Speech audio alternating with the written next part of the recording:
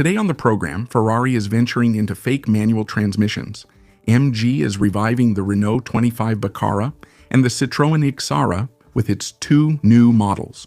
A small maker of sevens presents a car that runs on wine, and BMW is no longer making money and is laying off almost 8,000 employees.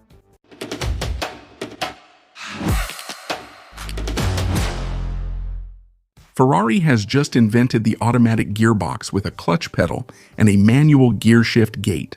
You didn't get it? And neither did I at first, but we'll explain it. For years, purists, those people who wear loafers and leather gloves just to go buy bread, have begged Maranello to bring back their manual gearbox with that legendary H-pattern gate. Well, Ferrari heard them. The prancing horse brand has just unveiled the 12 Cilindri Manuale. On paper, it's every collector's dream. Under the hood, you'll find this masterpiece of engineering. The naturally aspirated 6.5-liter V, 12,830 horsepower of pure mechanical symphony that screams up to 9,500 RPM. A cathedral of power that propels you from 0 to 100 in 2.9 seconds and can reach 340 km/h. So far, everything's fine. It's pure Ferrari. And in the center of the cabin, a metal gate, a round aluminum knob, and below, 3 pedals. Hallelujah. The last time we saw that on a new Ferrari was in 2012. The paddle shifters on the steering wheel are gone. It's a return to its roots. Except that's not true. Not at all.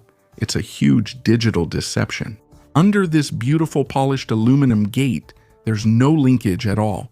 Under this clutch pedal, there's no cable, no hydraulic bearing connected to the engine. It's manual by wire. In reality, the gearbox is exactly the same 8-speed dual-clutch automatic as in the regular 12 Cilindri. Basically, what Ferrari did was connect a joystick shaped like a gear lever and a video game pedal to a computer. When you press the clutch, a sensor sends a notification to the automatic gearbox to say, hey, the boss wants to change gear. And when you move the lever, another sensor confirms the request. It's a driving simulator built into a real car. And the worst part is that Ferrari took it all the way. They developed a specific module to artificially recreate the resistance of the lever and the biting point. They even programmed the computer so you can stall. Yes, you can stall with an automatic car if you misuse a fake clutch pedal. It's fascinatingly twisted. Koenigsegg had already pulled this trick with its CC850, but seeing Ferrari do it is an admission that analog is dead.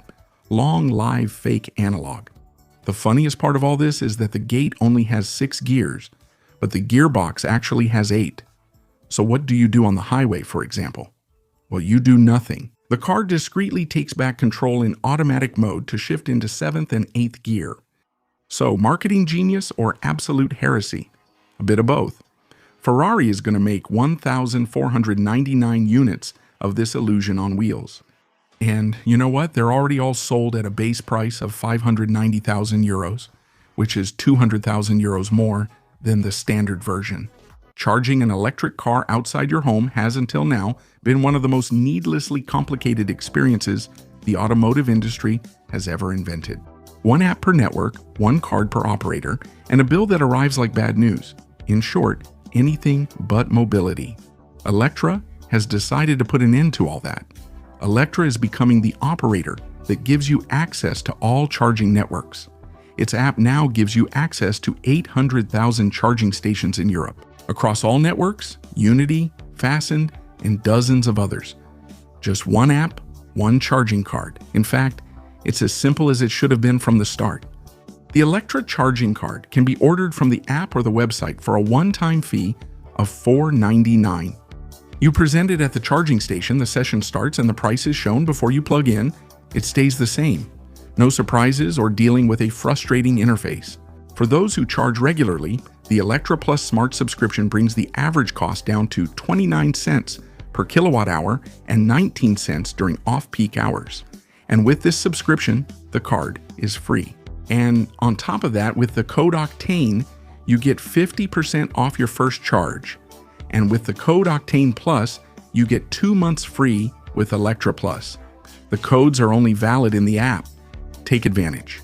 Find all info in the description and pinned comment below the video. Forget everything you know about MG. Forget the classic English roadsters and even the affordable electric SUVs that have filled our supermarkets in recent years. Today, the Chinese at MG have decided to put on a tuxedo, call themselves IM for Intelligence in Motion, and take on Mercedes, Audi, and BMW. They're coming with two new models, the IM5 sedan and the IM6 SUV. They're even giving a nod to the Renault 25 Baccara and Citroën Xara. But before we see why, let's talk numbers. We're talking about an 800-volt architecture, a 100 kilowatt-hour battery that charges from 10 to 80% in 17 minutes, and above all, two electric motors delivering a whopping 752 horsepower in the most powerful version. That's enough to send the IM5 from 0 to 100 in 3.2 seconds. But where MG really makes a big impact is with the chassis. They've added rear-wheel steering and air suspension managed by a single electronic brain. And guess what? The IM6 SUV just smashed the all-time record in the moose test. You know, that Swedish test where you have to avoid an imaginary moose at high speed. Until now, the undisputed queen since 1999, the one that made Ferraris and McLarens look ridiculous, was the Citroën Xara Activa V6 with its magical high-drop pneumatic suspension, which managed the test at 85 km/h. Well, that's over now. The big Chinese beast weighing 2.5 tons just did it at nearly 91 km/h. But power and handling aren't everything. To be premium, you have to pamper your passengers. And here, MG looks straight into the rearview mirror, back to the 1980s. Inside, there's a gigantic 26-inch screen, of course, but above all, a level of comfort that recalls the glory days of the big French sedan. Heated, ventilated, massaging electric seats with inflatable cushions that adapt to your body shape.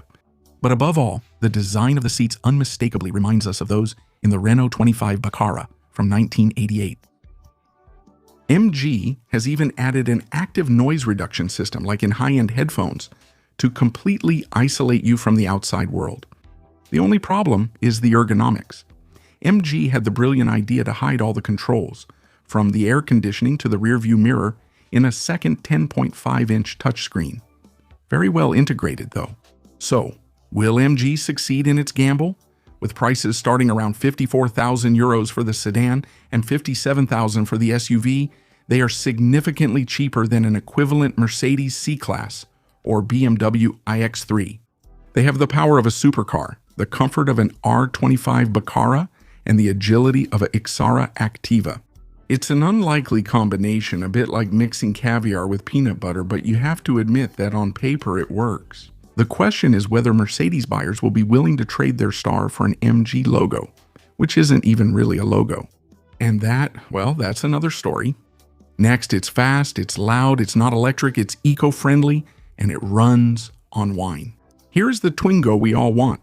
Except it's not a Twingo, but a French race car called the Toy. Literally, the Toy.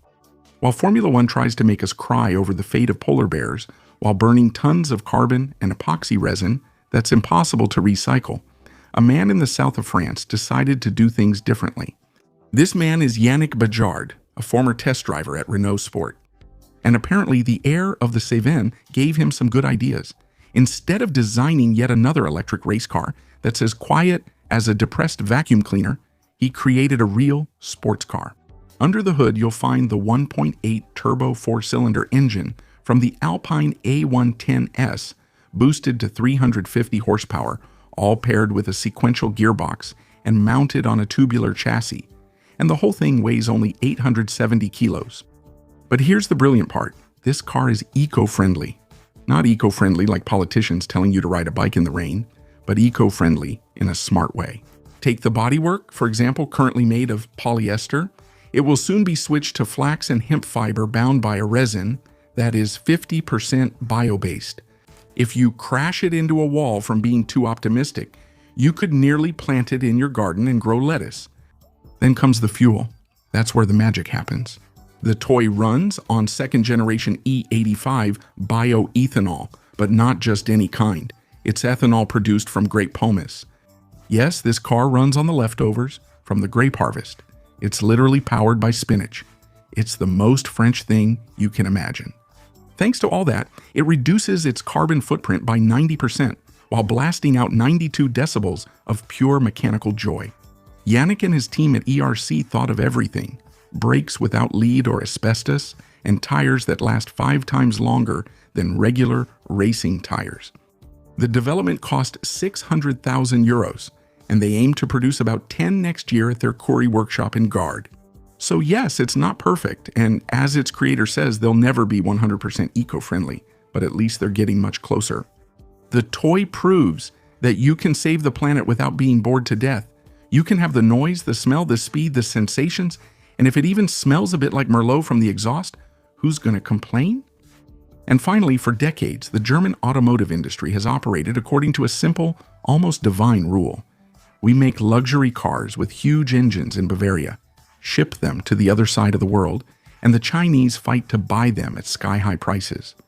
That was the golden age, the blessed time when BMW had profit margins close to 10% when the stock price was soaring, and when they were popping champagne in Munich. But today, the party is over. The champagne tastes like vinegar. China is killing BMW. The brand is cutting almost 8,000 jobs and is barely making any money anymore. The announcement just came out. BMW's profit margin forecasts for 2026, which were supposed to be between 4 and 6%, have just been sharply revised downward. We're now talking about a margin of 1 to 3%. The stock price plummeted by nearly 7% in a single day, falling to its lowest level since the 2020 pandemic. So what happened? It's very simple. The Chinese dragon has awakened, and it has decided that it no longer needs the Germans to explain how to make a car. Today, there are no fewer than 129 Chinese brands in operation.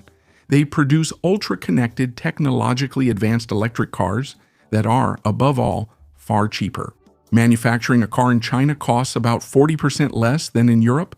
Faced with this competition, BMW's business model has become as obsolete as a cassette player. Sales are collapsing. In the first quarter of 2026, BMW deliveries in China dropped by 10%. BMW has announced a massive cost-cutting plan and intends to make deep cuts. About 5% of the global workforce will be laid off by the end of the year. This represents nearly 7,700 jobs cut: engineers, workers, and managers. They have even reduced their investments in research and development, turning to China to design cheaper cars, sacrificing European suppliers in the name of profitability. BMW, the brand that once promised the joy of driving, is now discovering the pain of survival. Thank you all for watching this new video. Don't hesitate to subscribe and turn on the notification bell to make sure you don't miss anything. See you.